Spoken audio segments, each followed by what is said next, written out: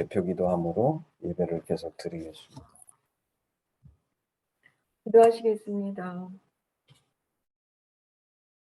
은혜의 주님, 새해를 시작하고 몇 주를 지내면서 우리를 향한 하나님의 마음을 더욱 깊이 깨달을 수 있었습니다. 그래서 조금이라도 더욱 주님께 가까이 갈 수 있게 불러주시니 감사합니다. 오늘 말씀을 통해 또 주변의 상황과 지체들을 통해 주님이 하시는 일들을 바라보고 기대합니다. 순간적이고 표면적인 것들을 주목하여 쫓지 않고 영원하고 본질적인 가치를 추구하며 동시에 현실에서 허락하신 일과 사람들을 불평이 아닌 감사로 받아들이고 사랑과 배려로 품을 수 있는 주님의 마음을 닮아가게 도와주세요. 우리 중 상한 마음을 회복하게 하시고 주의 선하신 길로 인도하시며 필요를 공급하시되 나눌 수 있는 마음과 세상 가운데서 주님을 선택할 수 있는 용기를 허락해 주소서. 이 모든 것에 넉넉하게 응답하시고 채우실 예수님의 이름으로 기도했습니다. 아멘. 아멘.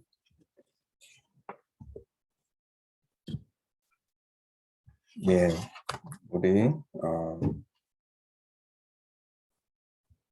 오늘 말씀은 창세기 25장 21절서부터 23절, 우리 샤니아 자매님이 21절서부터 23절 읽어주시면 읽고 우리 말씀 나누겠습니다.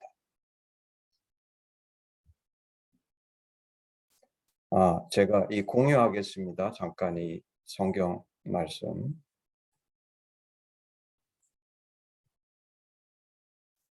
25장 21절서부터 23절. 말씀 읽겠습니다. 이삭이 그의 아내가 임신하지 못하므로 그를 위하여 여호와께 간구하매 여호와께서 그의 간구를 들으셨으므로 그의 아내 리브가가 임신하였더니 그 아들들이 그의 태 속에서 서로 싸우는지라 그가 이르되 이럴 경우에는 내가 어찌할꼬 하고 가서 여호와께 묻자온대 여호와께서 그에게 이르시되 두 국민이 내 태중에 있구나 두 민족이 내 복중에서부터 나누이리라 이 족속이 저 족속보다 강하겠고 큰 자가 어린 자를 섬기리라 하셨더라. 아멘. 네, 아멘. 예, 우리가 이제 지난 1월 달부터 우리가 이제 주제를 가지고서 말씀을 나누고 있는데, 첫 번째 주에 우리가 했던 거는 하나님의 섭리, 야곱의 인생에 있어서 하나님의 그 섭리가 얼마나 중요한지, 그리고 야곱의 인생에 있어서 정말 중요한 일들은 하나님께서 하신 거다. 그랬더니 이제 우리 가운데 일어난 질문이 그럼 도대체 인간의 노력은 중요하지 않은 거냐? 그래서 우리가 이제 요셉의 인생을 쳐다보면서 하나님의 섭리와 인생의 분량이라는 제목으로 지난주에 우리 인생을 인도하시는 하나님의 섭리가 계신데 우리는 이 섭리에 반응하면서 최선의 노력으로 우리의 인생을 만들어 가야 된다. 그게 이제 요셉이 한 거죠. 그래서 인생이라는 것은, 그리고 그 인생들이 모여서 역사라는 것이 되는데 그 역사는 하나님의 섭리와 나의 노력, 의지가 시줄 날줄처럼 천을 만들고 거기에 인생, 역사라는 그림이 펼쳐진다. 이제 우리 얘기했어요. 그렇지만 여전히 우리가 야곱의 인생을 쳐다보면서 얘기했던 것처럼 그 그림 속에 야곱이 보여주는 것은 정말 중요하고 의미 있는 것을 이루시는 분은 하나님이시다. 근데 이제 요셉의 인생에서 우리가 보는 것은 우리 인간이 거기에서 적극적으로 의지를 가지고서 함께 노력할 때에만 그 그림이 펼쳐진다. 그러지 않으면 그 그림이 만들어지지를 않는다. 그래서 인간의 의지와 노력도 중요하고 동시에 그렇지만 진짜 의미 있고 값진 그런 중요한 역사는 하나님께서 하신다.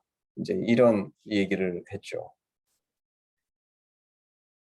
근데 이제 우리가 지난주에 다룬 요셉의 삶을 쳐다보면 요셉의 삶은 최선을 다한 인생이었지만 요셉은 스스로 경계선을 넘어간 적은 없는 것 같아요. 제가 보기에. 우리 인생은 이제 여러 가지 경계선들로 이루어져 있는데 크게 보면 예를 들면 물리적인 경계선 중에 우리가 제일 인식하기 쉬운 게 뭐냐면 국경 같은 거죠. 국경. 그리고 우리가 만약에 집을 짓고 산다 그러면 담, 그렇죠? 그 담 안은 내 소유고 나의 집이고 여기는 바깥하고는 완전히 다른 공간이죠. 그렇죠? 그런 물리적인 경계선이 있을 수가 있고 또 조금 다른 차원에서의 경계선을 보면 예를 들면 우리 민족, 우리는 한민족이라 그러는데 민족, 인종, 우리는 동양인이죠. 미국에 살 때 이제 흑인, 백인, 동양인 뭐 이런 인종, 문화, 성별. 요새는 특히 이제 이 성별에 대한 경계선이 많이 무너지고 있는 것 같아요. 근데 이제 성별도 중요한 경계선이죠. 그리고 또 다른 차원에서 쳐다보면 직업이나 직군. 그래서 이제 직업이 제가 쳐다보면 저는 그 인텔이라는 회사에서 일했던 시간도 있고 많은 시간을 이제 대학 교수로서 보냈는데 이 생각해 보면 두 가지의 그 직업의 군의 특성, 그 라이프 스타일이 너무 달라요. 완전히 다르죠. 그래서 사실 어떤 직업군에 속하느냐에 따라서 내 라이프 스타일이 그것에 맞춰져 갈 수밖에 없죠. 그 두 가지 라이프 스타일은 완전히 다른 스타일이기 때문에 가령 예를 들어서 내가 뭐 인텔 같은 회사에서 일하면서 학교의 라이프 스타일을 노력해서 만들어 간다는 거는 조금은 그걸 노력해서 할 수 있지만 사실 학교의 라이프 스타일 같은 삶을 사는 건 거의 불가능한 거죠. 그래서 이제 내가 어떤 직업, 직군, 그리고 이제 또 경계선 안에는 가족 같은 게 있죠. 그리고 또 다른 차원에서 들어가면 이런 눈에 보이고 우리가 분명하게 나눌 수 있는 경계선들이 있는 반면에 뭐 심리적, 정신적 그런 경계선도 있을 것 같아요. 이건 굉장히 분명하지 않고 남들은 잘 모르는 경계선일 수 있죠. 그래서 이제 오늘 우리가 다루고자 원하는 건 이겁니다. 우리가 지난주에 요셉의 삶을 다뤘는데 요셉은 최선을 다한 삶이었지만 제가 요셉의 삶을 생각해 볼 때 스스로 그 경계선을 넘어간 적이 있을까? 요셉이? 없는 것 같아요. 오히려 요셉은 그 경계선을 넘어가려고 하지 않았는데 하나님께서 그 경계선을 넘기시죠. 예를 들면 요셉은 그냥 가나안 땅에 살았을 거예요. 종으로 팔리지 않았으면. 근데 하나님이 요셉을 애굽이라는 곳에 데리고 가시죠. 전혀 자기는 생각지도 않았던 요셉이 의도해서 유학을 간 것도 아니고 그리고 요셉의 인생의 목표가 애굽의 총리가 되는 것도 전혀 아니었습니다. 그 자기가 직군이나 이런 거에서 목표를 가지고서 그거를 추구한 것도 아니에요. 요셉은 다만 주어진 변화들 속에서 자신의 최선의 인생을 다하면서 적극적인 의지로 그 삶을 이루어 갔는데 그 속에서 하나님께서 너무나 놀라운 중요한 의미와 값진 삶을 주신 거죠. 그래서 요셉의 삶은 경계선 안에서 최선을 다한 삶이라고 물론 이거를 뭐 좀 더 추상적인 개념으로 하면 요셉도 정신적 뭐 이런 것까지 다 들어가면 이제 많은 경계선을 넘었죠. 그렇지만 그게 외부에서 주어진 경계선을 넘은 건 아니죠. 그래서 이제 오늘 물어보고 싶은 질문은 이겁니다. 요셉처럼 나는 주어진 것에 반응하기만 하면 되는가? 아니면 나의 적극적인 의지를 써서 나의 현재 삶에 주어진 경계선을 넘어서도 되는가? 어떤 경계선은 넘어서도 되는 것인가? 그리고 어떤 경계선은 넘어서면 안 되는 것인가? 이게 우리 인생에 있어서 너무나 중요한 질문이죠. 우리가 사실 인생을 살다 보면 수없이 이런 경계선을 넘어도 되는가? 예를 들면 직장의 이직만 해도 어느 정도 우리가 경계선을 넘어서는 거죠. 결혼 안 되는 것도 경계선을 넘어가는 겁니다.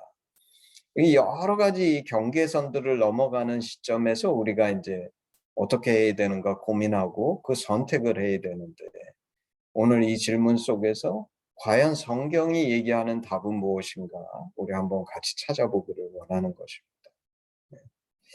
그래서 오늘 우리가 읽은 본문은 야곱의 얘기죠. 야곱의 얘기. 우리가 잘 아는 것처럼 그 이삭의 아내 리브가가 이삭 오랫동안 아이를 갖지 못했는데 부부가 같이 기도해서 리브가가 임신했는데 이때 쌍둥이를 임신한 거예요. 그래서 그 뱃속에서 태중에서 아이들이 서로 싸우는데 그래가지고 이게 싸우니까 아마 리브가가 걱정도 되고, 왜냐면 아이들이 뱃속에서 계속 쿵쾅쿵쾅 하고 그러는데 그게 심하니까 아마 싸우는지라 이렇게 했을 겁니다. 이게 애들이 괜찮게 제대로 출산이 되려나 뭐 걱정이 됐겠죠. 그래서 하나님께 기도했더니 하나님께서 하신 말씀이 두 국민이 내 태중에 있구나. 두 민족이 내 복중에서부터 나누이리라. 이 족속이 저 족속보다 강하겠고 큰 자가 어린 자를 섬기리라. 이거는 우리 하심할 때 우리 많이 나눴던 건데, 많은 크리스천들이 이 본문을 읽으면서 착각해서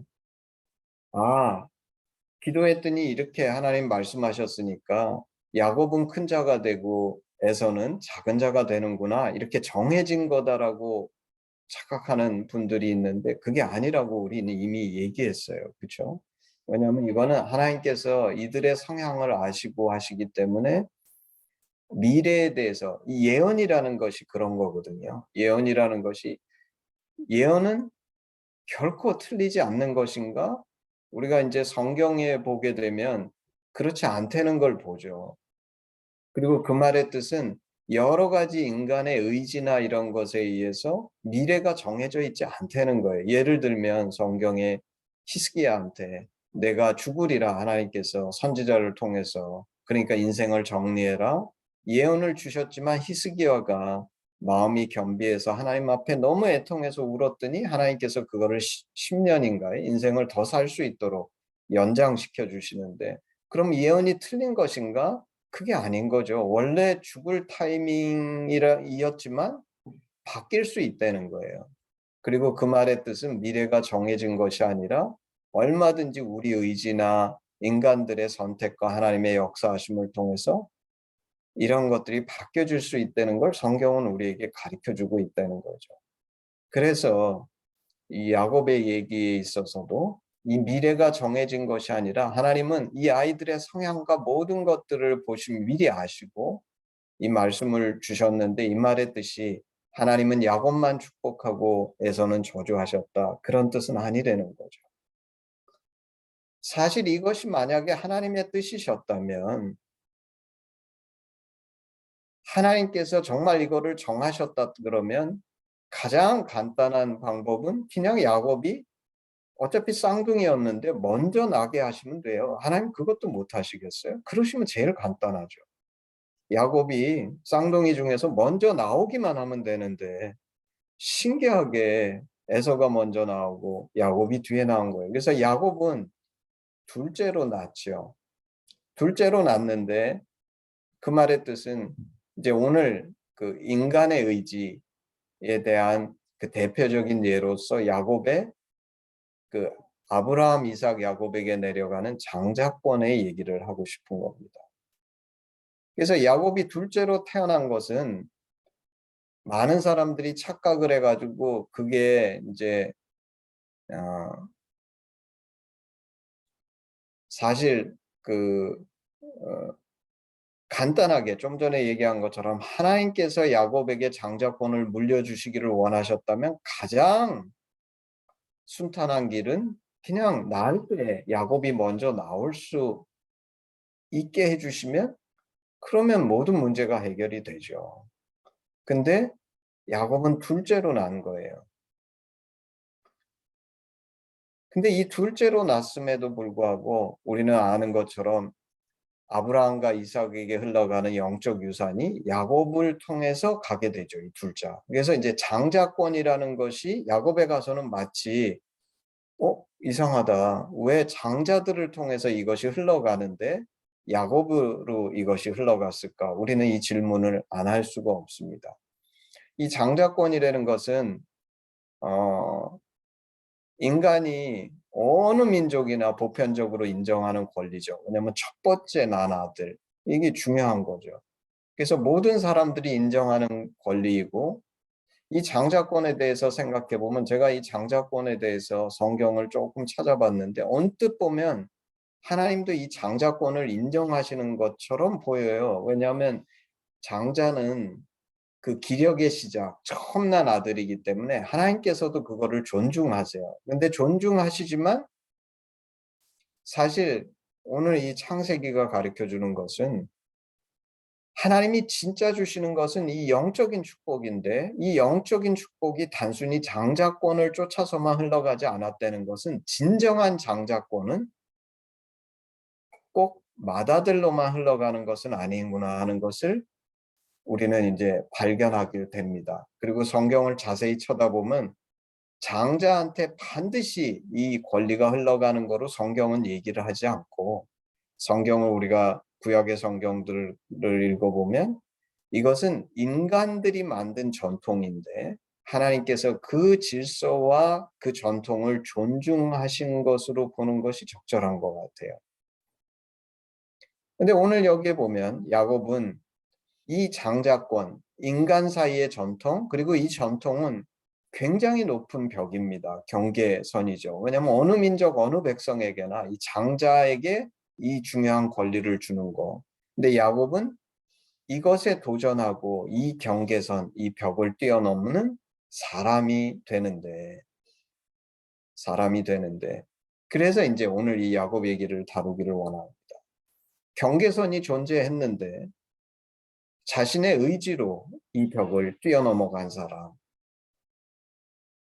그리고 이제 야곱의 경우에 있어서는 우리가 이제 하심에서 공부했던 것처럼 비록 이 넘어간 동기가 정말 할아버지 아브라함, 아버지 이삭에게 있었던 그 영적인 것에 대한 사모함, 좋은 목표였지만 사실 그 동기가 순수하기만 했던 것은 전혀 아닙니다. 야곱이 욕심이 많았기 때문에 세상적인 것에서도 많은 것을 갖기를 원했지만 영적인 것에서도 많은 것을 갖기 원한 거기 때문에 이게 여러 가지로 쳐다볼 때 이게 순수한 동기만은 꼭 아니라고 우리가 볼 수 있죠.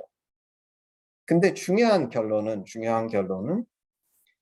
이런 부족함이 있었음에도 불구하고 야곱에게 이 아브라함과 이삭의 영적인 유산이 흘러갔다는 것은 그리고 오늘 이 말씀에서 읽은 것처럼 하나님께서 큰 자가 작은 자를 섬긴다라고 하시는 이 똑같은 결론에 도달하는 것을 볼 때 우리는 하나님께서도 이것을 기뻐하신 것이라고 볼 수 있는 거예요. 그렇죠? 이 하나님께서 분명히 이거를 거부하시지 않으셨어요. 그 말의 뜻은 이제 여기에서 중요한 우리 오늘 나누고자 하는 말이 나옵니다. 만약에 야곱이 주어진 환경 속에서 자신의 경계를 뛰어넘으려고 들지 않았다 그러면 어쩌면 이 장자권의 축복이 자기한테 오지 않았을 수도 있겠죠. 근데 야곱은 적극적으로 그 경계선을 뛰어넘어서 이 장자권의 축복을 받기를 원했고 추구했고 결과적으로 받았어요. 그런 면에서 제가 생각할 때는 요셉하고 조금 다르다고 생각하는 겁니다. 요셉은 경계선을 넘을 때는 항상 하나님께서 특별하게 역사하셔가지고 그 경계선을 넘게 하셨어요. 자기가 선택해서 넘지 않았습니다. 다만 넘겨져서 어떤 환경에 던져졌을 때 요셉은 자신의 최선을 다했을 뿐이지. 근데 야곱은 특이하게 하나님께서 이 경계선을 넘게 하신 게 아니라 자기 스스로 경계선을 넘었어요. 그런 면에서 우리가 요셉만 생각하고서 이 말씀을 그 주제를 끝내게 되면 너무나 인간의 역할에 대해서 소극적이 될 수가 있다고 제가 이제 생각을 한 겁니다. 우리 이 시점에 다른 말씀을 하나 보겠습니다. 이번에는 용주 형제가 제가 그 마태복음 1장 말씀인데 공유하면 용주 형제가 좀 읽어주세요. 네. 마태복음 1장 1절서부터 5절까지, 6절까지, 6절까지 좀 읽어주십시오. 네. 아브라함과 다윗의 자손 예수 그리스도의 계보라. 아브라함이 이삭을 낳고 이삭은 야곱을 낳고 야곱은 유다와 그의 형제들을 낳고 유다는 다말에게서 베레스와 세라를 낳고 베레스는 헤스론을 낳고 헤스론은 람을 낳고 람은 아비나답을 낳고 아미나답은 나손을 낳고 나손은 살몬을 낳고 살몬은 라합에게서 보아스를 낳고 보아스는 룻에게서 오벳을 낳고 오벳은 이새를 낳고 이새는 다윗 왕을 낳으니라. 다윗은 우리아의 아내에게서 솔로몬을 낳고. 아멘. 예. 사실 이게 이제 예수님의 계보에 대한 마태복음의 설명인데, 제가 이제 이 마태복음 1장을 가지고서 이제 이전에 수련회 한 적도 있죠. 이 마태복음 1장 예수님의 계보를 쳐다보게 되면 5명의 여인이 등장합니다. 근데 오늘 읽은 본문 말씀에는 그 5명의 여인 중에 4명만 등장해요. 나중에 가서 맨 마지막에 예수님의 어머니 마리아까지 해서 5명이 등장하는데 이제 첫 번째 등장하는 여인이 다말이에요. 유다에게서 베레스와 세라를 낳는 다말. 그렇죠? 유다의 며느리였고 둘째 여인이 라합이에요. 라합. 그래서 살몬에게서 보아스를 낳고 세 번째 여인이 룻입니다. 룻은 보아스에게서 오벳을 낳고 네 번째 여인이 밧세바인데 마태복음은 밧세바라고 그러지 않고 우리아의 아내라고 불러요. 그래서 우리아의 아내에게서 다윗이 솔로몬을 낳게 되죠. 저는 이게 굉장히 여러분은 어떤지 모르겠는데 저는 마태복음이 밧세바라고 안 그러고 우리아의 아내에게서 솔로몬을 낳았다라는 말에서 저는 굉장히 많이 큰 위로를 받았어요. 왜냐하면 하나님이 예수님의 계보 속에 우리아의 이름을 넣기를 원하셨구나. 그 억울하게 죽은 사람. 그래서 예수님의 계보를 얘기할 때 우리아의 이름을 하나님이 부르고 싶어 하셨구나. 이게 저는 굉장히 인상적이었어요. 이걸 밧세바라고 부르지 않고 우리아의 아내라고 부르는 거에서 저는 하여튼 큰 위로를 받았는데 어쨌거나 오늘 이 4명의 여인이 등장하는데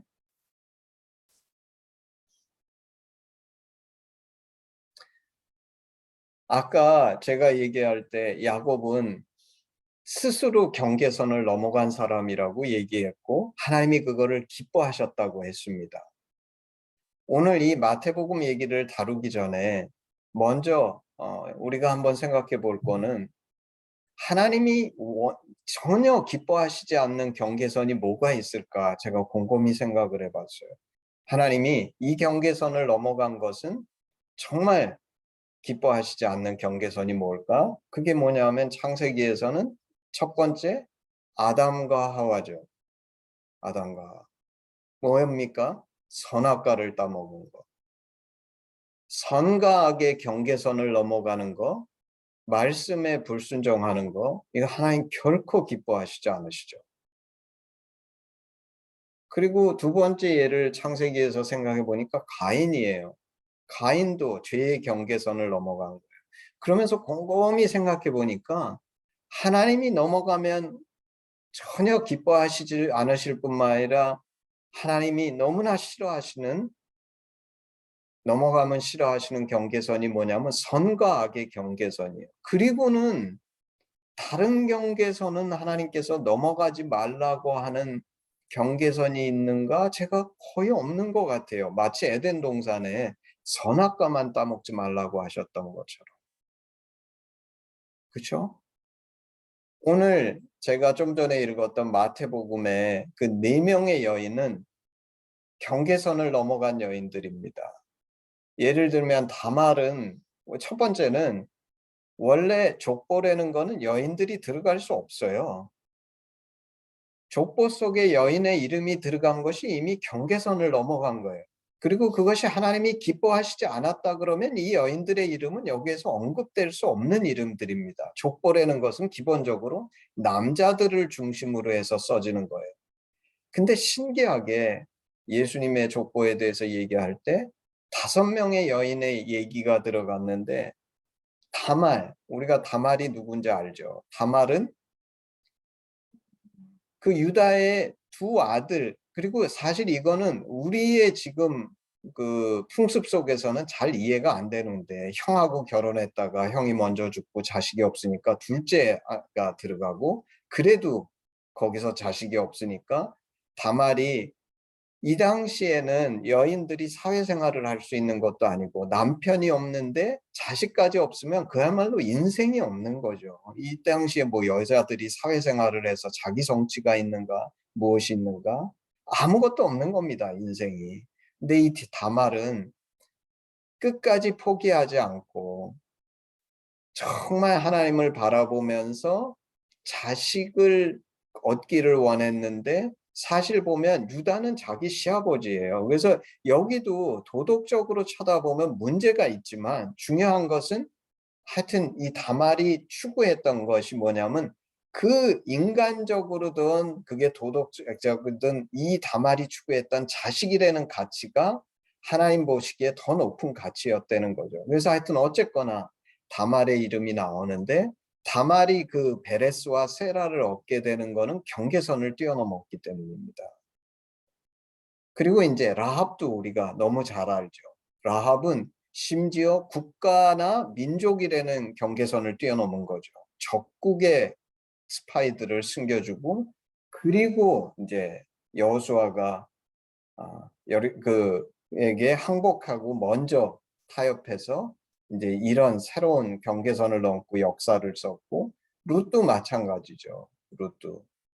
룻도 원래는 남편이 있었는데 그 가족이라는 경계선, 지역이라는 경계선을 넘어서 그리고 이제 밧세바의 경우도 마찬가지입니다.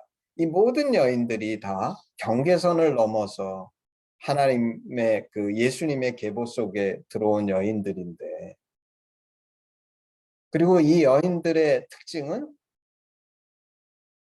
어떤 사람은 우리가 보기에 너무나 분명한 신앙의 목표를 향해서 혹은 인생의 가치나 덕목을 찾아서 그 경계선을 뛰어넘어 축복을 받은 여인들인데 아까도 얘기했던 것처럼 마치 야곱이 그 경계선을 뛰어넘은 것을 하나님이 분명히 기뻐하셨다고 우리는 봐야 되는 것처럼 예수님의 계보 속에 이 여인들의 이름이 있는 것을 볼 때 하나님이 이 여인들이 경계선을 뛰어넘은 것을 기뻐하셨다고 분명히 우리한테 보이는 것이죠.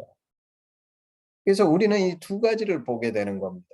하나님이 기뻐하시는 것 중에 예를 들면 이제 요셉의 인생을 쳐다보게 되면 그저 하나님이 나를 억지로 경계선을 뛰어넘기시게 하셔야지만 내가 그 안에서 열심히 살면 그게 최선만이 아니라 우리에게는 얼마든지 이 경계선을 뛰어넘을 수 그게 만약에 선과 악의 경계선만 아니라 뛰어넘을 수 있는 자유와 선택이 있다는 것을 우리는 이 성경 속에서 발견하게 되는 것입니다.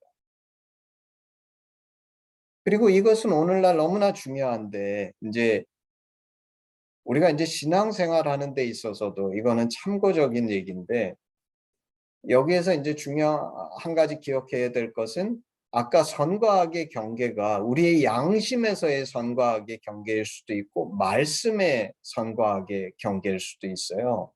그리고 말씀에 불순종하면 우리가 이제 그거를 선악과를 따먹는 거라고 얘기를 하니까 오늘날 그리스도인들 중에 많은 사람들이 구약의 율법이나 제사를에 대한 말씀을 생각해서 제사장에게는 무조건 순종해야 되고 그 제사장이 하는 것에 평신도는 전혀 손댈 수 없고 이거는 이제 착각이라는 거죠. 이게 이제 말씀이 구약의 율법이나 제사에 관련된 것들은 예수님이 오심으로 새롭게 리셋돼서 우리가 이제 새로운 우리한테 직위라 그럴까요? 자격이 생겼는데 그게 뭐냐면 우리는 베드로서에 얘기하는 것처럼 왕 같은 제사장. 근데 오늘날 아까 말씀드린 것처럼 오늘 제가 이 말씀을 나누는 이유는 많은 사람들이 넘지 말아야 될 경계선은 너무나 쉽게 뛰어넘으면서 인간이 만들어 놓은 전통, 자기가 착각한 잘못된 인식의 경계선은 뛰어넘는 것에 있어서 너무나 두려워하는 거예요. 그래서 예를 들면 예배나 이런 거 아니면 이제 교회 생활하면서 우리 신약에서 성경이 가르쳐 주는 거는 목자의 음성을 따라갈 것을 제시하는 거죠. 그리고 그 목자가 내가 세상 속에서 영적인 지도자가 나의 목자일 수 있지만 궁극적인 목자는 예수 그리스도시죠. 그래서 사실은 우리가 그 관계성 속에서 영적인 지도자를 존중하지만 그 영적인 지도자가 나를 이끌어가는 거에 있어서도 궁극적으로 예수님이 이끌어 가시는 거하고 맞아야지. 그러지 않을 때에는 내가 굳이 그 영적인 지도자에게 순종해서 쫓아갈 의무가 있는 것은 아니다라는 것이죠. 우리는 궁극적인 목자 되신 예수 그리스도를 쫓아가는 것이다. 그리고 이런 거에 있어서 많은 그리스도인들이 착각하기 때문에 오늘날 여러 가지 문제들이 벌어지고 잘못된 경계선 속에 많은 사람들이 사는 것이 아닌가. 결론적으로 제가 오늘 얘기를 정리해 보기를 원합니다.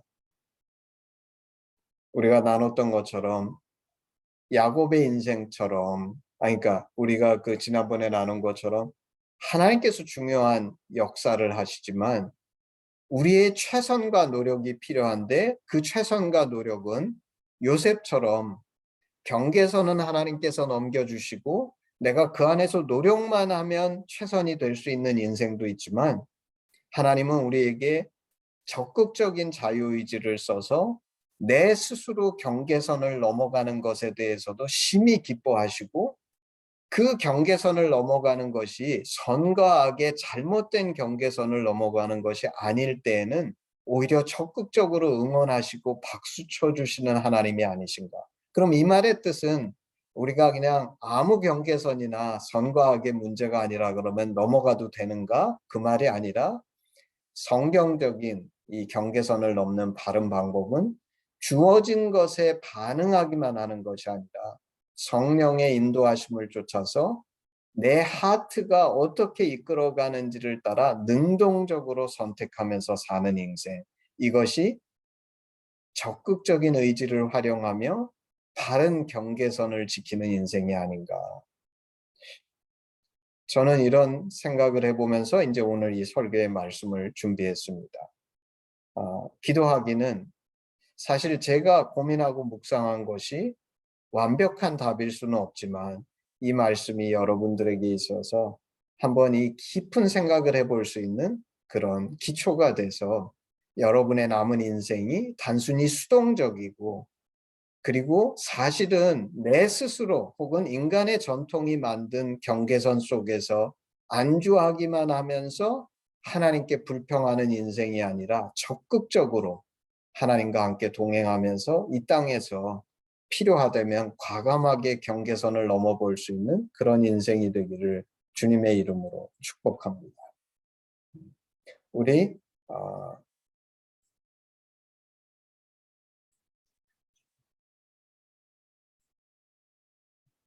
헌신 찬양 같이 하겠습니다. 1절만 하겠습니다. 내게 있는 모든 것을 아낌없이 드리네. 사랑하고 의지하며 주만 따라 살리라. 주께 드리네. 주께 드리네. 사랑하는 구주 앞에 모두 드리네. 아멘. 한심기도문 하겠습니다. 아바 아버지 예수님의 죽으심과 부활하심으로 우리를 향한 당신의 사랑을 확증하시고 예수 안에 성령으로 당신과 하나 되게 하시니 감사합니다. 구하오니 우리 공동체가 당신 안에 더욱 하나 되게 하시고 우리를 온전케 하사 대한민국과 열방 가운데 당신의 심정을 더욱 증거되게 하시옵소서. 나라와 권세와 영광이 아버지께 영원히 있사옵나이다. 아멘. 예, 우리 예배를 마쳤습니다.